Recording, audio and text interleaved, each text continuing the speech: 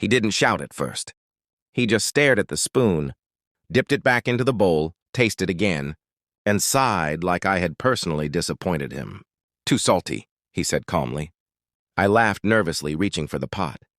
"I'll fix it." "I'm sorry, I didn't finish the sentence. The plate flew first. It shattered against the wall.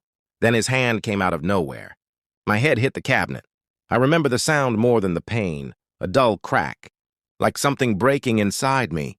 I slid to the floor, my back against the fridge, soup spreading across the tiles like a bad joke.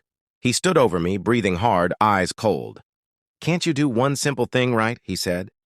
Then he turned off the kitchen light and walked to the bedroom. Just like that. No apology, no second glance. A few minutes later, I heard him snoring. I stayed on the floor for a long time. I don't know how long.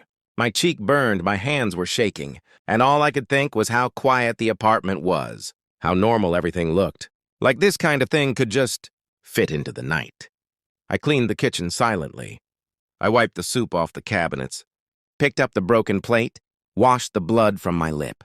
I looked at myself in the mirror and barely recognized the woman staring back, not because of the bruise, but because she looked convinced this was her fault. I lay down on the couch. I didn't sleep. In the morning, he woke up cheerful, kissed my forehead, asked what was for breakfast, as if nothing had happened, as if my silence meant forgiveness, as if pain expires overnight. That was the moment something shifted. I realized the soup wasn't the problem. The salt wasn't the problem. I wasn't the problem. The problem was a man who believed he could hurt me and still rest peacefully. A man who thought love meant control and violence could be erased by sleep. I didn't scream. I didn't confront him. I started planning. Because the scariest thing isn't being hit once. It's staying long enough for it to become normal.